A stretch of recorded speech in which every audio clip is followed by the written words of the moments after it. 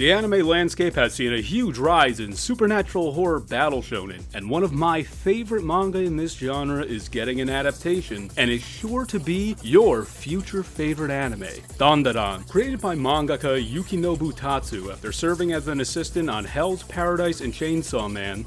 DanDaDan is the story of Momo Ayase, a peppy girl raised in a family of supernatural mediums, and Ken Takakura, a shy outcast obsessed with aliens and cryptids. This collides the unlikely pair in conflict over which of these occult beliefs are true, and it's revealed they're all real! Spirits, aliens, and cryptids from legends big and small appear as both allies and enemies, bringing these two unlikely pals closer as they navigate an ever-expanding universe. It also helps that Momo has an immense crush on the actor Ken Takakura and can't say his name without blushing, choosing to use the name Okarun instead. The aliens and cryptids often provide the most tangible threat to our protagonists, with famous ones like the Loch Ness Monster, and more obscure ones like the Dover Demon. These horrific foes push our protagonists to harness and evolve their supernatural gifts, such as Momo's phantom hands, in bizarre fights that could give JoJo's Bizarre Adventure a run for its money. Our male lead Okarun gains his abilities seeking out the yokai known as Turbo Granny, who takes the form of an old lady with unmatched speed. If you're unfamiliar, yokais are Japanese spirits and legends that come in all shapes and sizes. These creatures are not always malevolent, but portrayed more as territorial, mischievous, and sometimes even protective, with their own sense of morality and rules. Curry their favor with gifts and flattery, and you might gain a powerful ally. Overstep their boundaries, and you might end up cursed.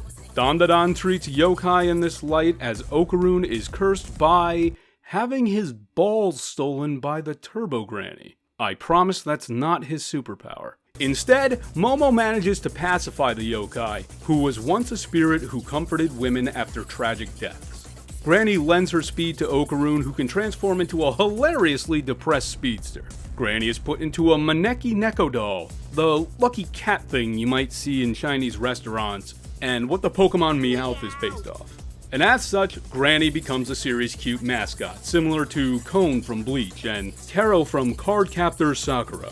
Unfortunately, it turns out Okarun's balls have some great spiritual power, and much of the manga is devoted to locating and retrieving them. It's just like Dragon Ball, but with real balls. If you haven't guessed yet, this series is a comedy. The combination of threats to be combated and ones to be empathized and pacified provide a refreshing variety to the already saturated shonen battle genre. But more than that, what impresses me most about DanDaDan is how the cast and their relationships are expressed. Momo's relationship with Okarun starts off with using him to make other boys jealous, then morphs into a rivalry between their occult beliefs and opposing personalities. But that soon blossoms into a genuine friendship and a will-they-won't-they relationship that radiates the perfect balance of warmth and teenage anxiety that genuinely makes you root for the pair to finally leap into romance. But you'd also be fine with them just staying friends. Their dynamic is wonderful. More than just our two mains comes an ever-expanding cast of distinct characters that is still growing to this day. Now, while this should create a struggle to keep the story smoothly paced while giving each character their time to shine, Tatsu pulls it off with engaging character arcs and great splash pages that comfortably fit every character on the page, but can also be passed over with a quick page turn if you just want to get back to the story. I'm excited to finally see this great manga adapted into animation. But wait! There's already conflict in the fandom. If you pull up a page from the manga, and some stills from the trailer, you might notice a discrepancy in the art styles used. The studio adapting DanDaDan is Science Saru. They're notable for their Masaki Yuasa productions, such as The Night is Short, Walk On Girl, or you might know them from the Food Chain episode of Adventure Time, or maybe Devilman Crybaby, or the recent Netflix Scott Pilgrim Takes Off. They're known for their expressive, fluid animations and flat colors. This is both a stylistic choice and what I guess is a technique allowing animators more time to focus on creating smooth,